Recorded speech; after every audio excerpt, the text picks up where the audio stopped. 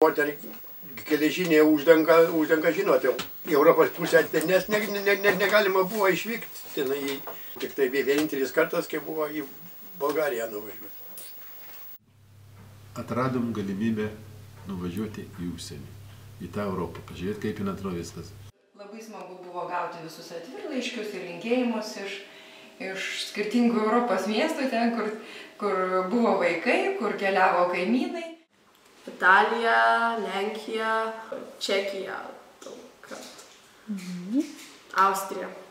Mes buvom Estijoje, Norvegijoje, Suomijoje, Čekijoje, Norvegijoje. Ir man važiuojant į Suomiją labai patiko Estijoje krioklys, kuris buvo. Toks rudenį būna toks labai išplėtęs, patinka man jis. Man būti europiečių reiškia, kad visos durys yra atviros. Ir jaučiuosi iš tikrųjų lietuvė Europoje. Esu lietuvis Europoje? Aš ir lietuvis, ir europietis.